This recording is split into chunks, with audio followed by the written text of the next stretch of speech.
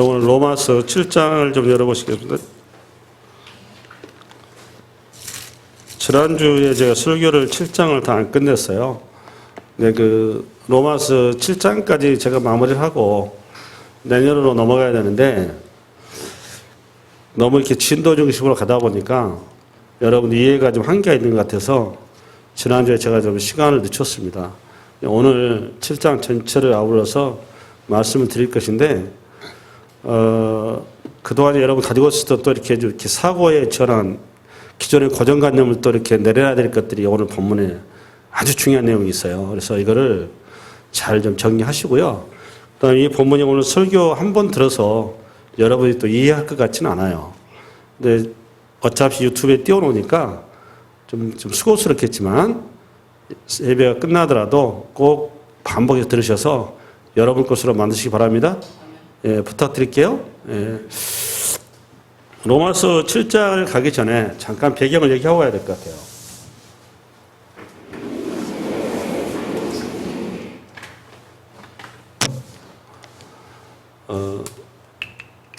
우리가 로마서 그러면 1장 17절 말씀이 맞는데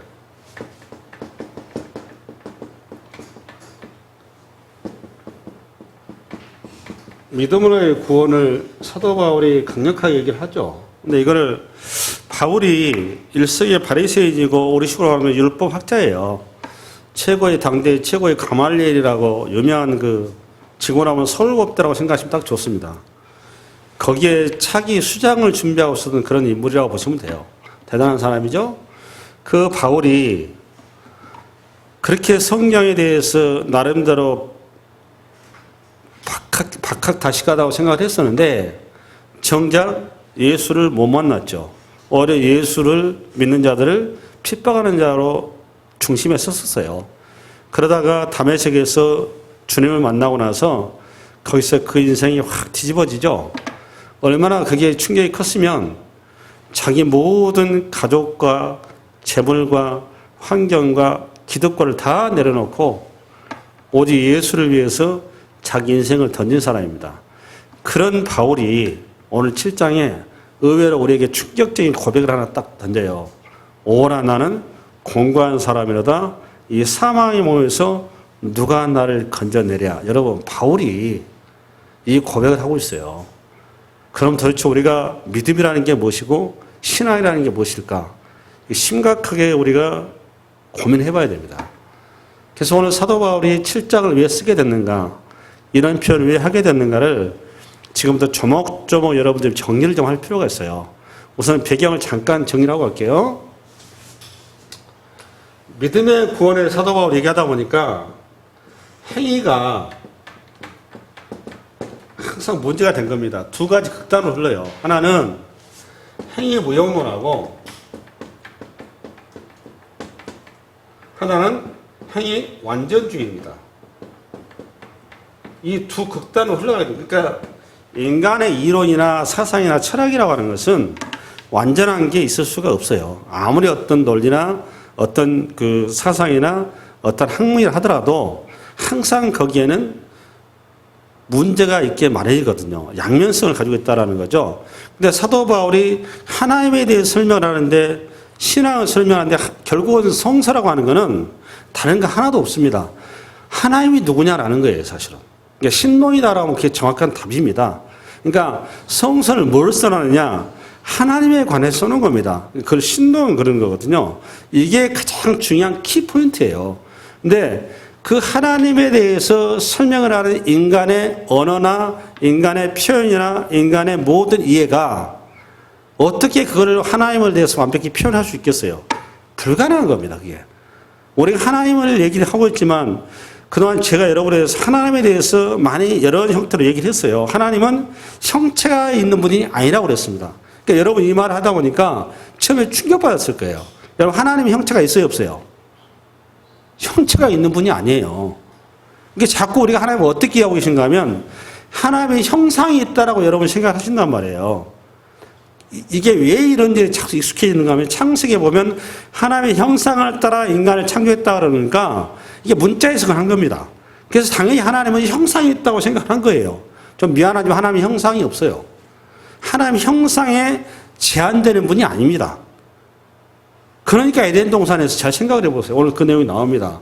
에덴 동산에 그 파라다이스잖아요. 거기에 아담과 하와가 있었잖아요. 아담과 하와가 형상으로 하나님께서 같이 거닐었으면 하와가 그런 범죄 했겠습니까? 여러분 그런 생각 안 해보셨어요?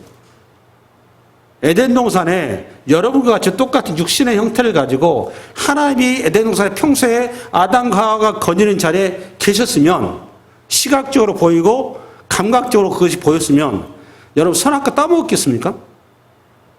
여러분 따먹겠어요? 주인이 있는데 쉽게 주인이 있는데 과수원에 가가지고 여러분 서리할 수 있겠냐고요? 못하죠? 못하잖아요. 하나님의 형상이 없어요. 쉽게 얘기해서. 이해 가시나요? 아담과 하와는 뭘 입고 있는 거죠? 육신을 입고 있는 형상입니다. 인간과 신은 그런 관계입니다. 충격받으셨나요? 좀 이따 다시 설명을 하겠습니다. 자, 앞으로 보세요. 여기 6장에서는 그래서 사도 바울이 행위무용론이 나오니까 신앙 따로 행위 따로 이렇게 막 가니까 이게 소위 말하면 헬레니즘의 이원론과 맞물려서 성과 속을 이원화시켜서 이해했다 그 말이죠. 그래서 사도 바울이 여기에서 6장에서 강도 높게 행위는 뭐와 같이 갈 수밖에 없다. 믿음과 같이 갈 수밖에 없다는 것을 강력하게 얘기를 하죠. 그 대표적인 게 있어 뭘 얘기했느냐? 의의 무기, 또 의의 종. 의의 무기로서는 요거는 외적인 표현 방식, 의의 종은 내적인 표현 방식. 제가 이렇게 얘기를 했어요. 이게 성화라고 얘기했지 않습니까? 그죠? 그럼 오늘 7장은 뭐냐면 반대적인 겁니다. 사도 바울이 자꾸 이 신칭에 믿음 얘기해서 하니까 무슨 소리 하냐. 율법의 행위를 가지고 계속 우리가 구원 얻는 거지. 왜 자꾸 이렇게 믿음으로 얘기하느냐. 이렇게 자꾸 나온 거예요. 그래서 그거에 대해 사도 바울이 우리의 행위의 한계를 솔직하게 얘기한 겁니다. 우리 행위의 한계를. 그 내용이 7장이에요. 이게 자신의 실제적인 상황을 있는 그대로 어떻게 보면 고백입니다. 고백. 오라 나는 공고한 사람이다. 이 사망의 몸에서 누가 나를 건져내랴. 쉽게 해서 나로서는 하나님을 앞에 갈 수 있다 없다. 불가능하다는 겁니다. 어떤 걸 가지고 불가능하다는 거예요. 오직 그 답은 뭐냐. 8장 1, 2절이 답입니다. 성령의 법이라고 딱 나와요. 그 결과를 향해서 갈 건데 오늘 이제 8절부터 나가봅시다. 8절 나가기 전에 지난주에 7장에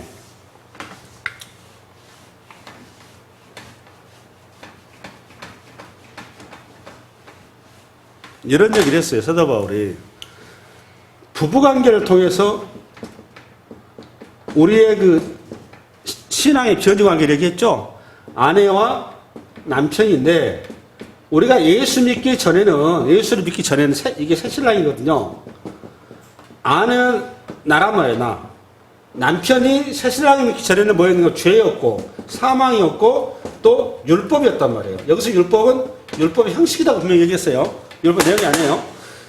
옛날에 내가 예수 믿기 전에는 나는 죄의 남편이었고 사망의 남편이었고 율법의 형식의 남편이었는데 내가 예수라고 하는 새로운 신랑을 내가 죽음으로써 뭘 통해서? 죽음으로써. 이게 중요해요. 이게 요거는 법적인 관계는 살아생전에 통하는 거죠. 법이라고 하는 것이 여러분 이 땅에 있을 때 법인 것이지 대한민국의 바운다리 안에 있을 때 법인 거지 대한민국 바운다리 벗어나면 그 법은 나오고 하면 의미 없는 거죠. 맞죠? 내가 미국에 가서 미국의 법 따르는 거 대한민국 법 따르는 거 아니에요. 똑같은 바운다리입니다. 남편과 아내라고 하는 이 툴의 세계에서는 이 법에 저축이 되지만 내가 죽었다 그 말은 내가 그 바운다리 벗어났다 그 말이에요. 저와 여러분 물리적으로는 죽지 않았으나 예수 그리스도와 함께 2000년 전에 우리는 함께 죽었단 말이에요. 죽고 나서 새로운 내가 태어나게 되는데 그 나는 새로 태어난 나는 누가 내 신랑으로 등장한 거죠? 예수가 신랑으로 등장했다. 이 툴을 가지고 우리가 율법에서 자유 얘기를 한 거예요. 사도 바울이 지난주에. 아멘? 그래서 제일 중요한 거는 우리가 그리스도와 함께 십자가에 죽었다라는 겁니다. 그리고 그리스도와 함께 십자가에 예수를 새 신랑으로 모시고 부활했다 그 말이에요. 그걸 1절부터 3절까지 내용이었었어요. 그 다음에 4절부터 이제 조목조목 우리가 왜 율법에 의해서 구원이 불가능한지를 하나하나 얘기를 하면서 이거를 지난주 걸 대받아친 거예요. 지난해 했던 것들을 다시 한번 사도 바울이 그냥 끄집어내서 다시 얘기한 겁니다. 그게 뭔가 하면 율법의 기능이에요. 두 가지라고 그랬죠. 율법은 7절 시작, 7장 7절 시작. 그런데 우리가 무슨 말하리요? 율법이 죄냐? 그럴 수 없느니라. 율법으로 말만지 않고는 내가 죄를 알지 못하였으니 곧 율법이 탐내지 말라 하지 아니하였더라면 내가 탐심을 알지 못하였어. 그러니까 율법이 있기 전에는 내가 탐심이라고 하는 그런 이것이 죄인지 아닌지를 몰랐다 그 말이잖아요. 그죠? 탐심이라고 하는 것이 이게 죄인지 죄가 아닌지를 몰랐다 그 말이에요. 뭐 없을 때는 율법이라고 하는 법조항이 없을 때는 탐심이라고 하는 것이 혹시 죄인지 아닌지를 내가 그걸 몰랐다 그 말이에요. 그런데 율법이라고 하는 법조항이 나와서 딱 봐보니까 여기에 탐심은 죄니라 라고 써놓은 거예요. 아 그거 보니까 내가 죄였네 이렇게 되었다 그 말이에요. 근데 중요한 거는 이 율법이 죄는 지적을 하는데 뭘 못하는 거죠? 구원을 못한다는 거예요. 이게 한계였다는 말이에요. 바울이 그 얘기한 거예요. 여기서 말하는 율법은 뭐냐? 율법의 법으로서의 하나의 형식을 얘기한 거다 그 말이에요. 그래서 이 법으로서 형식 율법은 구원에는 그냥 무능해. 대책이 없어. 무책임해 어떻게 보면. 그 율법의 형식이 우리를 초등학문이 되어서 대학을 줬는데 어떻게 줬느냐? 고등학문을 향했다 그 말이잖아요. 고등학문인 구원이라고 하는 예수를 우리가 바라보겠다 그 말이에요. 그래서 우리가 예수를 붙드는 통으로서 율법이 등장한 게 갈라디아서 3장 24절입니다. 그게 지난주 얘기예요. 할렐루야. 그러면서 사도 바울이 8절에 중요한 얘기를 합니다. 8절, 7장 8절. 시작. 그러나 죄가 기회를 타서 계명으로 말미암아 내 속에서 온갖 탐심을 이루었나니 이는 율법이 없으면 죄가 준 것임이라. 이 말이 상당히 복잡한 내용이에요. 그래서 지금 요거를 한 풀 텐데 잘 드셔야 됩니다. 예. 우리 다시 한번 읽어보겠습니다. 시작. 그러나 죄가 기회를 타서 계명으로 말미암아 내 속에서 온갖 탐심을 이루었나니 이는 율법이 없으면 죄가 준 것이며. 아하, 율법이 없으면 죄가 죽은 거래요. 율법이 없으면 죄가 죽었다. 그러니까 율법이 없으면 죄를 몰랐다 그 말이죠. 예, 그러면 그 전에 죄가 뭘 탔대요? 기회를 탔답니다. 기회. 뭘 탔다 여러분? 기회를 탔대요.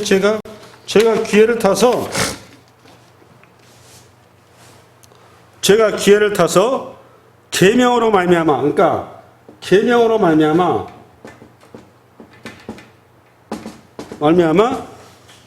내 속에 온갖 탐심을 얻대요. 그러니까 죄가 기회를 타는데 우리에게 어떻게 하기 위해서 온갖 탐심을 이루기 위해서. 그러니까 죄의 목적은 뭐죠? 우리로 하여금 탐심을 자극하는 거. 그게 죄의 목적이죠. 네, 딱 봐보니까. 근데 죄가 탐심을 자극했는데, 요 기회를 이용했다는 거예요, 기회. 뭘 이용했다, 여러분? 기회. 근데 이 기회를 어디에서 기회를 잡은 거죠, 여러분? 보니까? 이게 중요해요. 잘 봐봐요. 말이 굉장히 어렵습니다, 이게. 이 죄가 이 기회를 포착을 했어요. 이 기회라고 하는 것은 발판 그런 뜻입니다. 발판, 군사기지. 그 다음에 우리식으로 말하면 핵심 포인트. 그러니까 헤드쿼터. 이런 뜻이에요. 그러니까 뭐에 대한 헤드쿼터죠? 죄에 대한 헤드쿼터. 그러니까 어디가 근데 헤드쿼터가 되느냐? 계명이 발판이 됐다는 거예요, 지금. 이 굉장히 복잡한 얘기를 하고 있습니다, 지금. 죄가 지금 어디를 지금 군사기를 잡았다고 여러분? 계명으로. 이 복잡하죠. 왜 계명이 하필이면 죄의 군사기지가 되었을까? 이걸 오늘 풀어야 돼요. 복잡한 얘기를. 죄가 기회를 타서 계명으로 말미암아 내 속에서 온갖 탐심을 이뤘대요. 근데 이는 율법이 없으면 죄가 준 것이야. 8절 9절 시작. 전에 율법을 깨닫지 못했을 때는 내가 살았더니 계명이 이름에 죄는 살아나고 나는 죽어도 계명이 이르렀더니 또 죄가 살아났네요. 나는 죽었고 이거 어떡한 일이죠? 예, 지금부터 이거 하나하나 좀 조목조목 풀어가는데 창세기 2장 16, 17절 한번 열어볼래요? 한번 읽어보시죠. 시작. 여호와 하나님이 그 사람에게 명하여 이르시되 동산 각종 나무의 열매는 내가 임의로 먹되 선악을 알게 하는 나무의 열매는 먹지 말라. 내가 먹는 날에는 반드시 죽으리라 하시니라. 지금 요걸 얘기한 겁니다. 오늘 계명한 거는. 근데 최초의 인간의 타락의 현장이에요. 이 현장인데 여러분 이게 지금 계명이죠. 창세기 지금 2장 16절 계명이에요. 이 계명을 지금 이용했다는 겁니다. 이용을 해서 기회를 잡았다 그 말이에요. 뭐가? 죄가. 우리 식으로 하면 사탄이 이 계명을 잡았다 그 말이에요. 그러면 질문이 들어가야 돼요. 여러분 이 선악과 언약은 하나님께서 아담과 하와에게 시험에 들으라고 준 걸까요?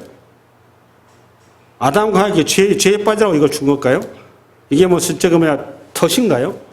여러분 여기서 큰 고민하셔야 돼요. 원래 인간은 영생하는 존재예요.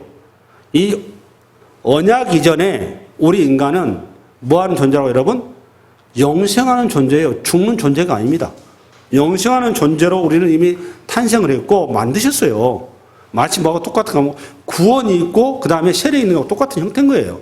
우리는 이미 영생하는 존재로 이 율법이라고 하는 이 법을 우리 식으로 하면 시내산에서 준 건데 시내산에서 이스라엘 백성들에게 율법을 주는 목적이 이스라엘 백성들 걸러 넘어지라고 줬나요? 이스라엘 백성들 하면 그 율법 가지고 걔네들 그냥 지옥에 넣기 위해서 줬나요? 아니란 말이에요. 근데 이게 왜 그런데 선악과가 지금 아담과 하와에게 영생을 상실하는 동기가 됐냐 그 말이에요. 지금 그 얘기한 거예요. 여러분 시내산에서 하나님의 주신 율법은 이스라엘 백성들을 지옥에 넣기 위해서 준 게 아니라 하나님을 알고 하나님과 영생하도록 준 거예요. 맞아요? 틀려요? 그런데 그것이 지금 우리에게 결국은 언약으로 축복으로 복으로 주었던 하나님의 언약이 지금 죄의 기회가 돼가지고 우리에게 뭐가 돼버리니까 독이 돼버렸다 그 말이에요. 지금 독이 돼버렸어요. 우리가 죽는 가시가 되어버렸다 그 말이에요. 그거를 창세기 2장 16, 17절 이 언약을 가지고 사도 바울이 오늘 로마서 7장에 이 얘기를 한 겁니다. 8절에. 그럼 이게 왜 그런 일이 벌어졌느냐? 3장이죠. 창세기 3장 1절 한번 읽어보겠습니다. 시작.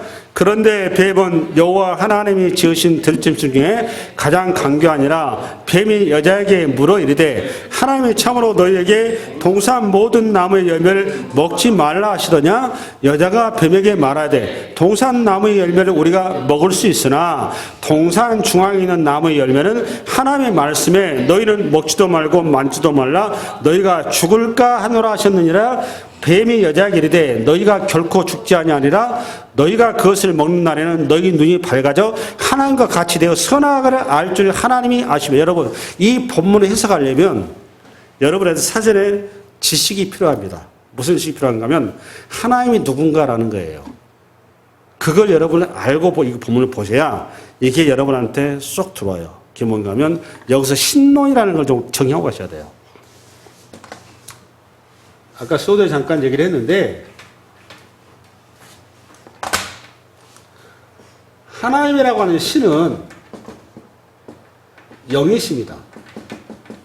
이게 중요해요. 그 다음에 무한하신 분이에요.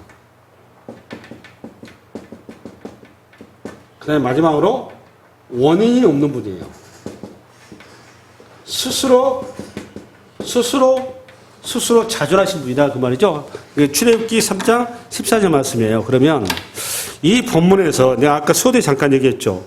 아담과 하와가 범죄한 이 현장에 주님이 계셨을까요? 안 계셨을까요? 주님이 계셨을까요? 안 계셨을까요? 계셨죠. 그러면 여러분 생각에 주님이 계셨는데 왜 범죄를 했을까요? 그런 생각 안 해보셨어요? 이 사단도 있고 주님도 계세요. 그죠? 주님이 그런 문제는 주님이 지금 아담과 하와가 의식을 못하고 있는 거죠. 의식을 했더라도 자기들이 생각하는 주님으로 지금 착각하고 있는 거예요. 그렇죠? 네, 봐봐요. 통상적으로 여러분 우리가 생각하는 여러분이 생각하는 기존에 생각했던 하나님이 주님이 인간의 형상으로 평소에 에덴 동산에 늘상 보이도록 늘상 이렇게 만져지도록 늘상 이렇게 감각되도록 거기 계셨더라면 아담과 하와가 이런 일을 벌였을까요? 이런 범죄했을까요? 절대 그럴 일 없어요. 그러니까 우선은 아담과 하와는 지금 뭘 잘못 알고 있는 거죠? 하나님을 잘못 알고 있는 거예요. 이해 안 가시나요? 하나님이라는 신은 인간의 어떤 이해나 툴 속에서 갇혀 계신 분이 아니에요. 자꾸 제가 이렇게 하나님의 형상에서 얘기를 하고 있는데 하나님은 무한하신 분이에요. 그분의 형상은 무한하세요. 무한. 이해 가시나요? 무한. 우리의 이성을 가지고는 그걸 측량할 길이 없어요. 물론 내가 누차게 하면 천국에 가면 여러분이 쉽게 상상할 수 있는 존재론적인 관점에서 이해할 수 있는 하늘 보좌의 좌정에 계셔서 우편에는 예수님, 좌편에는 성령님이 다 늘 좌정에 계셔서 늘 우리를 함께 하시는 하나님. 물론 그런 하나님도 맞습니다. 그런데 그게 여러분 하나님이 다라고 생각하면 여러분 엄청 잘못하고 계신 거예요. 여러분 하나님이 우리 성령님께서 그러면 여러분 그런 기준으로 본다면 성령님이 비둘기신가요? 우리 예수님 제금에 세례받을 때 성령께서 임하셨죠? 그때 어떤 형상으로 임하셨나요? 비둘기 형상으로 임하셨잖아요. 그러면 여러분 사람일 줄 알았는데 성령이 비둘기일까요? 아니란 말이에요. 하나님은 형상에서 자유로우신 분이다 그 말이에요. 이해 가셨나요? 그러면 그분을 우리가 이해하려면 어떻게 해야 되느냐? 이해할 수도 없을 뿐더러 그분이 우리에게 계시해 주는 선에서만 이해가 가능한 겁니다. 그럼 여기서 선택을 해야 되는 거예요. 어떤 선택을 해야 되느냐? 우리가 하나님의 신앙함에 있어서 어떤 길을 갈 것이냐라는 거예요. 보이지 않냐고 잡히지 않냐고 감각되지 않은 그분을 우리는 그러면 어떻게 그분을 붙들어 가야 되느냐? 거기에서 하나님이 하나님과 인간 사이에 만나는 접촉점을 주셨죠? 접촉점? 쉽게 해서 매개물을 주셨는데 이 매개물이 뭡니까? 말씀인 겁니다. 말씀. 뭐라고 여러분? 말씀이에요. 그러니까 여기 선악과 언약도 지금 뭡니까 보니까? 말씀이란 말이에요. 말씀에 대한 결국은 이 말씀이신 하나님 우리가 자꾸 얘기하잖아요. 말씀에 대한 믿음으로 갈 것이냐 아니면 이거를 거부할 것이냐 그 싸움 가운데 있는 거예요. 그거는 에덴 동산의 아담과 하와도 마찬가지고 이 시대 오늘 우리도 마찬가지입니다. 아멘. 그러니까 하나님께서 우리에게 주신 모든 것은 선한 겁니다. 모든 것은 뭐다 여러분? 선한 거예요. 그분 자체가 선이고 사랑이고 그분 자체가 쉽게 안식이고 평안이에요. 하나님한테는 죄가 없으시잖아요. 하나님한테는 불의가 없으시잖아요. 그분 자체는 완전이시잖아요. 근데 그 하나님을 우리가 온전히 받아들이는 믿음이 없었을 때 거기에서 문제가 생기는 거예요. 할렐루야. 오늘 지금 여기에서 가장 큰 맹점이 뭐였는가 하면 하나님의 말씀을 누가 받았는가 하면 아담이 받았죠? 누가 받았다고 여러분? 아담이 받았어요. 하와가 직접 받은 게 아닙니다. 그러면 아담이 하와에게 우리식으로 말하면 교육을 잘 시켰어야 되는 거예요. 이 교육을 실패한 거예요. 현장이. 맞죠? 그러니까 말이 좀 왔다 갔다 하지 않습니까? 이제 하와가. 말이 왔다 갔다 해요. 상대방이 이 마귀가 이렇게 얘기를 하니까 말씀을 가지고 얘기하잖아요. 그 말씀에 대해서 확신이 없으니까 믿음이 없으니까 왔다 갔다 하는 거예요. 결국 하나님이 주시는 이 축복의 언약이 뭐가 되어버렸습니까? 독약이 되어버렸어요. 독약이 되어버렸어요. 그 얘기를 창세기 7장 8절에 얘기하는 겁니다. 다시 넘어오겠습니다. 7장 8절. 창세기 7장 8절 시작. 그러나 죄가 기회를 타서 계명으로 말미암아 내 속에서 온갖 탐심을 이뤘나니 이는 율법이 없으면 죄가 죽은 것이나 율법이 없으면 죄가 왜 죽을까요? 율법이 죄를 드러내야만이 우리가 죄를 알 수 있다 그 말이에요. 이걸 이렇게 써놓은 거예요. 복잡하게 써놨죠? 9절 시작. 전에 율법을 깨닫지 못했을 때에는 내가 살았다. 이 말도 여러분 율법이 없을 때는 율법이 없어 내가 죄가 뭔지 모르니까 내가 살았다 그 말이에요. 나는 죄에 대해서 법에 적용 안 받았다 그 말이에요. 그런데 계명의 이름에 죄가 살아나오니까 율법이 딱 들이대니까 내게 죄가 드러났다 그 말이에요. 죄는 살아나고 나는 죽었다. 내가 죽을 존재더라 그 말이에요. 그 다음에 10절 시작. 생명에 이르게 할 그 계명이 내게 대하여 도리어 사망에 이르게 하는 것이 되었도다. 이거는 쉽게 얘기해서 사도 바울의 탄식인 거죠. 정말 진짜 율법은 계명은 우리에게 뭐에 근거가 되는데 생명의 근거가 되고 사랑의 근거가 되고 행복의 근거가 되어야 되는데 그게 오히려 나한테는 죄인이 나에게 있어서는 뭐가 되어버렸다 보니까 죽을 수밖에 없는 존재가 되어 있더라 그 말이에요. 딱 들어보니까 11절 죄가 기회를 타서 계명으로 말미암아 나를 속이고 그것은 나를 죽였다. 이게 좀 전에 얘기했었던 선악과 얘기를 한 겁니다. 죄가 뭘 타서 기회를 타서 어디에 기회를 탄 거죠? 계명. 하나님의 말씀을 근거로 해서 나를 정죄했다 그 말이에요. 나에게 파고들었다 그 말이에요. 그 다음에 12절 시작. 이로 보건대 율법은 거룩하고 계명도 거룩하고 의로우며 선하다. 이건 사도 바울의 고백이죠. 율법이 왜 거룩합니까? 하나님 말씀이니까. 하나님부터 나왔잖아요. 계명이 왜 거룩합니까? 하나님 말씀이잖아요. 하나님부터 나온 거예요. 왜 의롭냐? 하나님만이 의로우신 분이잖아요. 왜 선하냐? 하나님이 선하신 분이세요. 하나님은 선 그 자체세요. 13절 그런즉 선한 것이 내게 사망이 되었느냐? 그럴 수 없느니라. 오직 죄가 죄로 드러나게 하여 선한 그것으로 말미암아 나를 죽게 만들었으니 이는 계명으로 말미암아 죄로 심히 죄되게 하려 함이라. 여기 이해 가시죠? 13절은 이해 가시죠? 예, 여기 선한 것이 뭡니까? 선한 것이 내게 사망이 되었느냐? 선한 것이 뭐예요?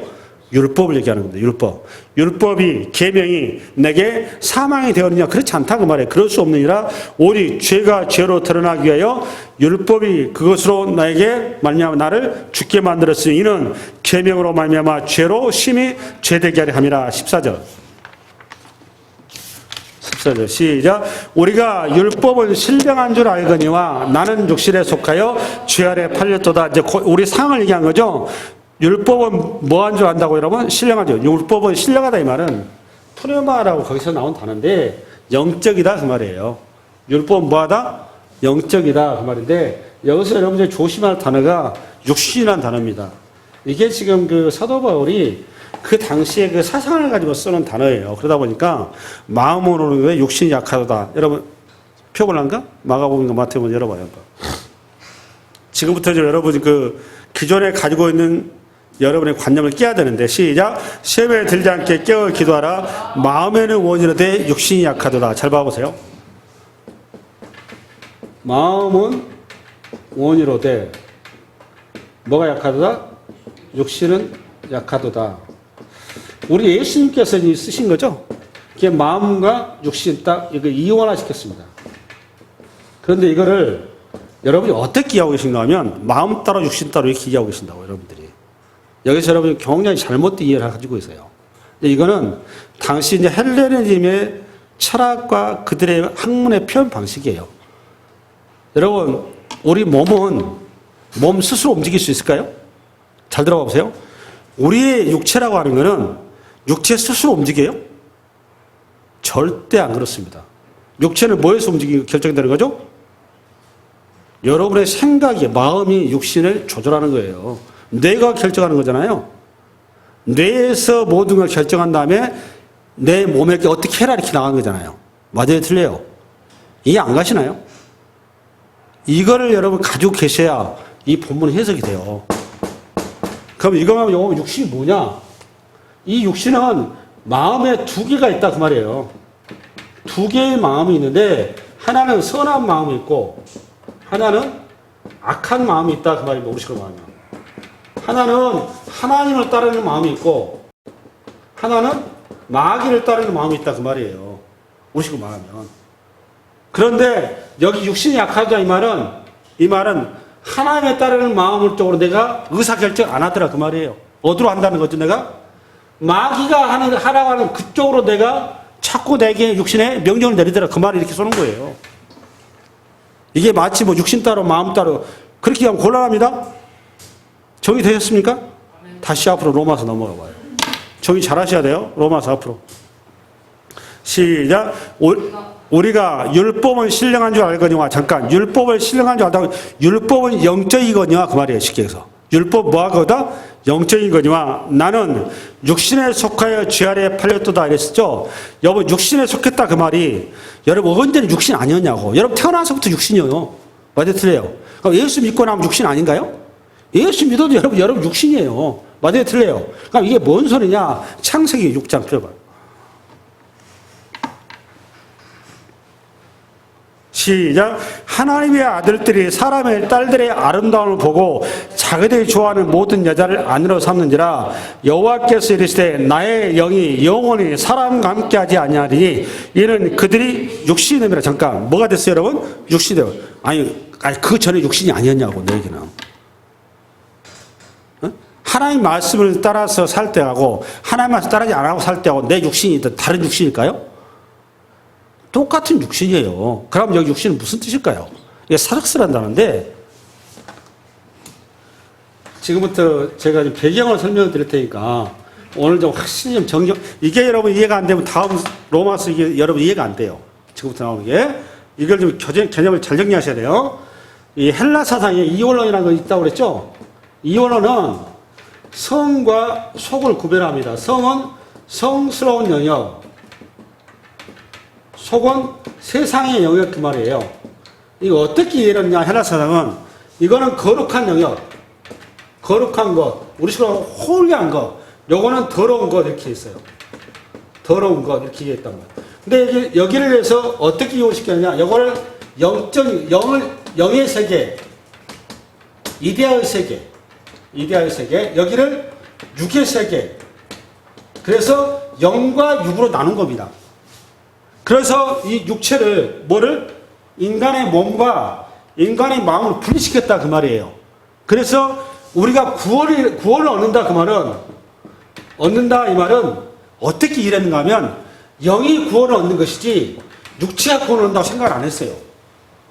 그러니까 요것만 구원 얻고 요거 신앙하는 거니까 육체는 내 마음대로 된다 이렇게 이해를 했다 그 말이에요. 여기서 나온 게 성적인 타락이 나온 겁니다. 그러니까 예수님을 믿었는데, 고린도전서 얘기가 그 얘기예요. 예수를 믿었는데 성도들이 생활하는 건 개차반이에요. 음란해.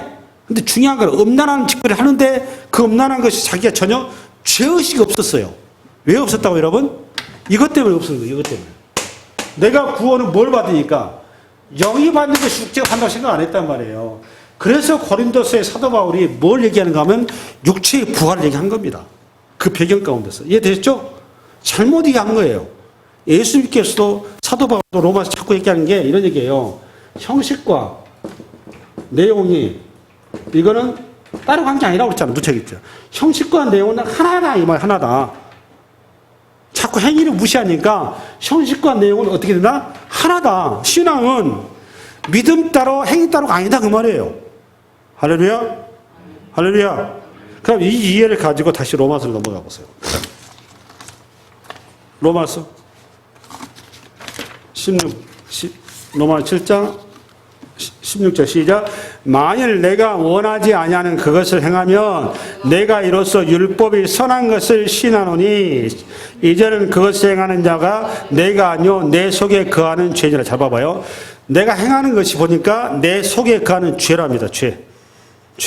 또 읽어보겠습니다. 시작. 내 속 곧 내 육신에 선한 것이 거하지 아니하는 줄을 아노니 원함은 내게 있으나 선을 행하는 것은 없노라. 그 다음에 내가 원하는 바 선을 행치 아니하고 도리어 원하지 아니하는 악을 행하는도다. 여기서 잘 들으셔야 됩니다. 지금 따라오셨나요? 지금 선과 악이 자꾸 두 단어가 지금 대비되고 있죠? 이걸 기억하시고. 그 다음에 20절 시작. 만일 내가 원하지 아니하는 그것을 하면 이를 행하는 자는 내가 아니요 내 속에 거하는 죄니라. 내 속에 거한답니다. 죄가. 21절 시작. 그러므로 내가 한 법을 깨달았노니 곧 선을 행하기 원하는 나에게 악이 함께 있는 것이로다. 잠깐. 여기 한 법이 하나 있대요.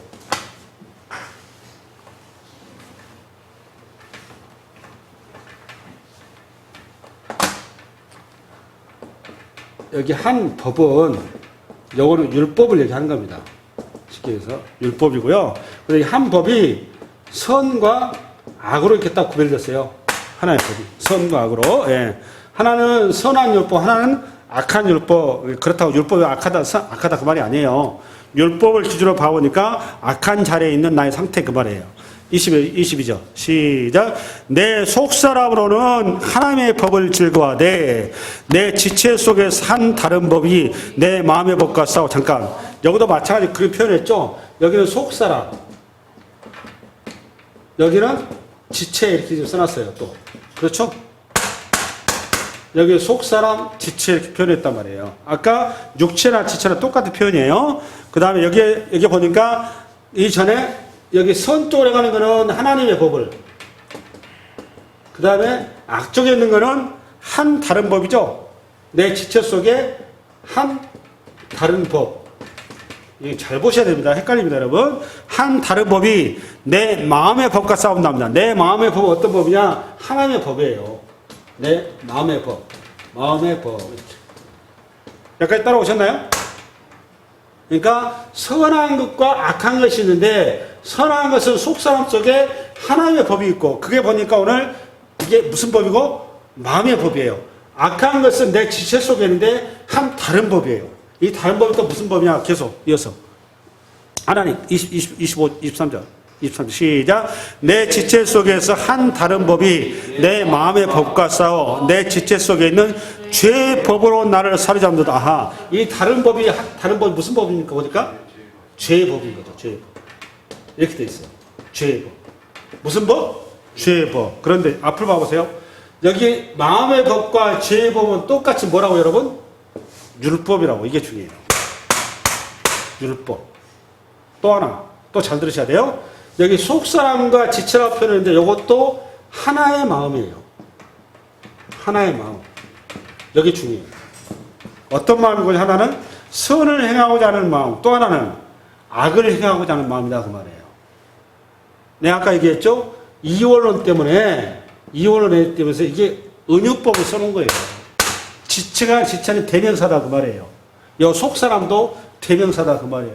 근데 여러분 자꾸 이게 잘못 오용이 돼가지고 자꾸 사람들이 자기 행위를 정당화시켜. 나는 마음은 몸이 약하다. 이런 식으로 자꾸 자기 마음과 몸을 따로따로 움직인 것처럼 전혀 그렇지 않다고요.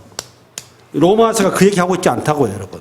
이걸 가지고 자꾸 장난친다고. 심지어는 성도들, 목회자들 정도 그래요. 목회자들조차 그렇게 잘못 이해를 하고 계세요. 아니라고, 이게. 우리 가운데 지체라고 하는 거는 마귀를 선호하는 마음, 악을 선호하는 마음이다. 그 말이에요. 이해되시나요? 여기 하나의 원리가 있는데, 원리, 규칙 있는데, 율법이 그렇다. 그 말이에요. 율법을 봐보니까, 내 속사람은 쉽게 해서 하나님을 따르려고 하는 내 마음은 그 말이에요. 선한 마음. 또, 내 지체는, 이걸 뭐에 대한 표현이냐면, 악을 사랑하는 마음 그 말이란 말이에요. 이해 가셨나요? 그게 하나님의 법은 선한 것이고, 마음의 법이 거룩한 법인데, 한 다른 법은 이거는 우리가 말하면 마귀의 법, 쉽게 얘기해서. 죄의 법이다 이 말은 율법을 가지고 보니까 그거는 죄덩이다 그 말이에요. 한번 정리해 볼게요. 잘 들어봐봐요. 여러분 죄에 가깝나요? 여러분은 선에 가깝나요? 여러분 스스로가. 여러분 스스로는 어디에 익숙한가요? 여러분 스스로는 선에 익숙하지가 않습니다. 선은 굉장히 부담스럽고 거부스러워요. 왜 그럴까요? 우리는 근본적으로 원죄론자들이라는 거예요. 우리는 죄악 중에 태어났고 죄로 우리는 인생이 점철된 존재라서 그 환경이 너무너무 익숙하고 행복하고 거기가 부드러워. 거기 자연스러워. 그럴 때 그거에 대해서 죄인지 모르고 살았어 또. 왜냐? 그것이 죄인 줄 알았으면 그런 짓을 했겠습니까? 그게 나에게 너무 익숙하고 나에게 자연스럽다 그 말이에요. 근데 어느 날 갑자기 새신랑인 거룩한 영신 성령이 딱 와서 보니까 내가 시커먼 거예요. 그래 내가 두 마음이 갈등이 일으킨다 그 말, 두 마음이. 하나는 뭐를? 주님을 따르려는 마음과 하나는 마귀를 따르려는 마음 가운데 내가 끊임없이 거기서 갈등하더라 그 말이지. 바울이 그 얘기한 겁니다. 내가 비록 예수를 나에게 영접을 했지만 아직까지 내 속에는 내 마음이, 내 영이, 내 심령이 누구에 익숙하니까? 죄의 영에 익숙하니까 하나님의 영에 자꾸 그쪽의 말씀과 거룩을 안 가더라 그 말이에요. 그걸 이렇게 쏘는 거라고 이렇게. 이해 가셨나요? 왜 이 얘기 썼다고 여러분? 바울조차도 행위로서는 도저히 불가능한, 자기 입으로는 예수를 믿을 길이 없더라 그 말이에요.